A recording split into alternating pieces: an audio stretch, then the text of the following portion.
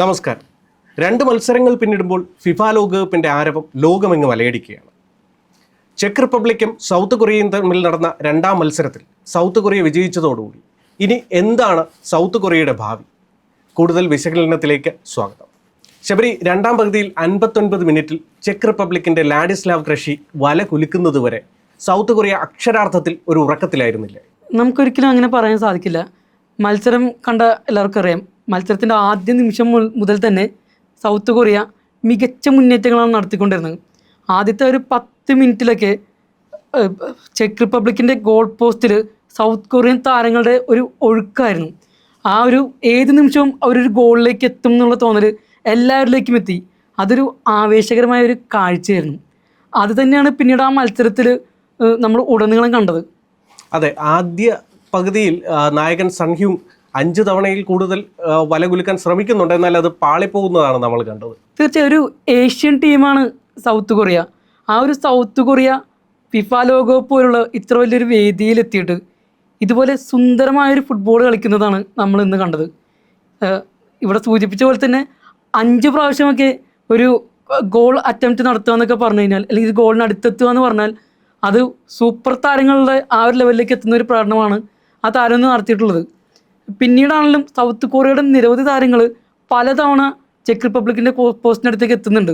പക്ഷെ അപ്പോഴും ഗോൾ കീപ്പറുടെ ആ ഒരു മികവിന് മുന്നിൽ മാത്രമാണ് അവർക്ക് പിന്നിലേക്ക് ഒന്നും മാറേണ്ടി വന്നത്. അതെ, ഏറ്റവും കൂടുതൽ തവണ ലോകകപ്പിൽ പങ്കെടുത്ത ഏഷ്യൻ രാജ്യം എന്ന ഖ്യാതിയും സൗത്ത് കൊറിയയ്ക്കാണ്. അത് മാത്രമല്ല, സൗത്ത് കൊറിയയ്ക്ക് മറ്റൊരു പ്രത്യേകതയുണ്ട്.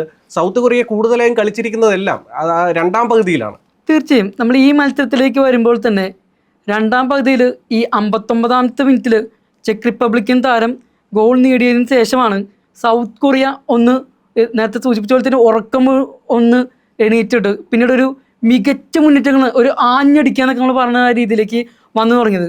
അതിൻ്റെ ഒരു ഫലം 66ാമത്തെ മിനിറ്റിൽ അവർക്ക് ഹോങ് ഇൻ പിയോങ് എന്ന കളിക്കാരനിലൂടെ തന്നെ ലഭിച്ചു എന്നുള്ളതാണ് നമ്മൾ പിന്നീട് കണ്ടത്. സുന്ദരമായിട്ടുള്ളൊരു ഗോളിലൂടെയാണ് അവർ മത്സരത്തിലേക്ക് തിരിച്ചെത്തുകയാണ് ചെയ്തത്. അവിടെ തൊട്ട് അങ്ങോട്ടേക്ക് സൗത്ത് കൊറിയയുടെ കയ്യിലേക്ക് തന്നെ മത്സരം മാറിപ്പോകുന്നുണ്ട്. പിന്നീട് ഒരു 80ാം മിനിറ്റിലേക്കൊക്കെ എത്തുമ്പോഴേക്കും ഓ ഹ്യൂങ് ഹ്യൂങ് എന്ന് പറഞ്ഞാൽ ആ കളിക്കാരൻ ലീഡ് ഉയർത്തുകയും ദക്ഷിണ കൊറിയയുടെ കയ്യിലേക്ക് ആ മത്സരത്തെ പൂർണ്ണമായി എത്തിക്കുകയും ചെയ്തു. പിന്നീട് നമ്മുടെ ചെക്ക് റിപ്പബ്ലിക് താരങ്ങൾ തിരിച്ചടിക്കാനൊക്കെ ശ്രമിക്കുന്നുണ്ടെങ്കിലും അതിന് അവർക്ക് കഴിയുന്നില്ല. ഒടുവിൽ ഫൈനൽ വിസിൽ മുഴങ്ങുകയും സൗത്ത് കൊറിയ വിജയിക്കുകയും ചെയ്തു. നമ്മൾ സൂചിപ്പിച്ച പോലെ തന്നെ രണ്ടാം പകുതിയിൽ തന്നെയാണ് ഇവിടെയും സൗത്ത് കൊറിയ മികച്ച മുന്നേറ്റം നടത്തി വിജയിച്ചത്. അതുകൊണ്ട് നമുക്ക് പറയുന്നത് തീർച്ചയായും സെക്കൻഡ് ഹാഫ് ടീം തന്നെ പറയാം.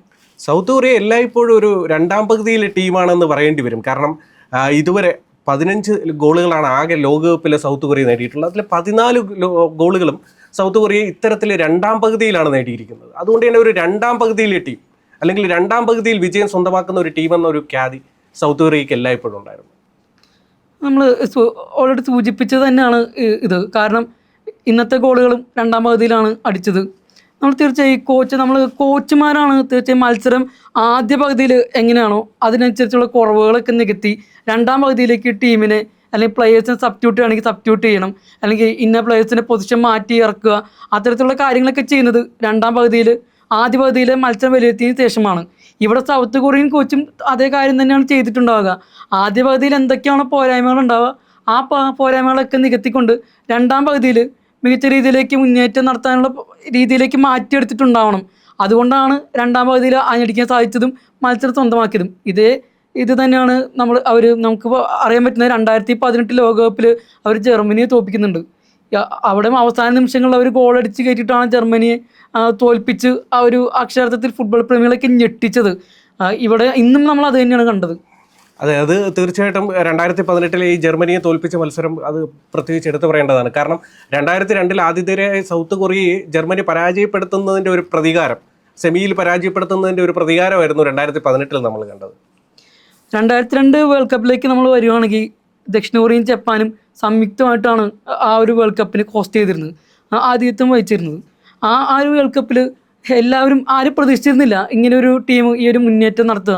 തീർച്ചയായിട്ടും ഒരു കറുത്ത കുതിരകൾ എന്നൊക്കെ നമുക്ക് വേണമെങ്കിൽ ആ സമയത്ത് പറയാൻ പറ്റുന്നൊരു ടീമായിരുന്നു ദക്ഷിണ കൊറിയ.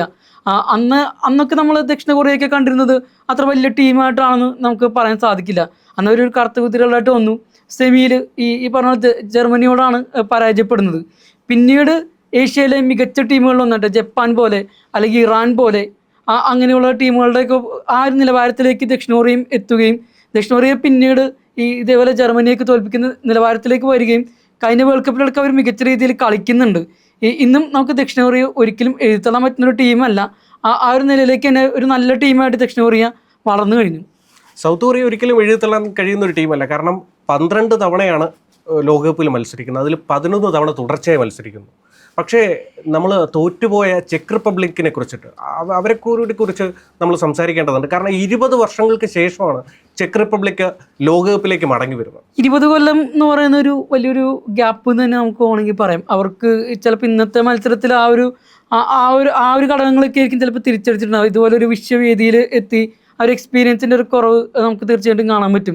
ഈ ദക്ഷിണ കൊറിയ ആണെങ്കിൽ തുടർച്ചയായിട്ട് ഇപ്പോൾ ഈ 12 തവണ എന്നൊക്കെ പറയുന്ന ആ രീതിയിലേക്കൊക്കെ വളർന്ന് മത്സരിച്ച് വരുന്നു. അവർക്ക് തീർച്ചയായിട്ടും ഒരു വേൾഡ് കപ്പിലൊരു എക്സ്പീരിയൻസ് ഉണ്ട്. ഇവിടെ ചെക്ക് റിപ്പബ്ലിക്കിൻ്റെ കാര്യത്തിലേക്ക് വരികയാണെങ്കിൽ അവർക്ക് എക്സ്പീരിയൻസ് ഇല്ല. അവർ തീർച്ചയായും വേൾഡ് കപ്പ് ക്വാളിഫയറിലൊക്കെ അവർ മികച്ച രീതിയിൽ കളിച്ചിട്ട് തന്നെയാണ് ഡെൻമാർക്കിനെയൊക്കെ പ്ലേ ഓഫ് മത്സരത്തിലൊക്കെ ഡെൻമാർക്കിനോട് മികച്ച പ്രകടനമൊക്കെ നടത്തിക്കൊണ്ടാണ് അവർ ഇതിലേക്ക് എത്തിയത്.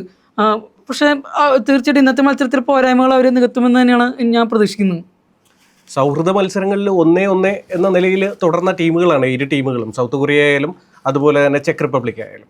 ആദ്യ മത്സരത്തിൽ, അതായത് സൗത്ത് ആഫ്രിക്കയും മെക്സിക്കോയും തമ്മിലുള്ള മത്സരത്തിൽ മെക്സിക്കോ വിജയിച്ചു.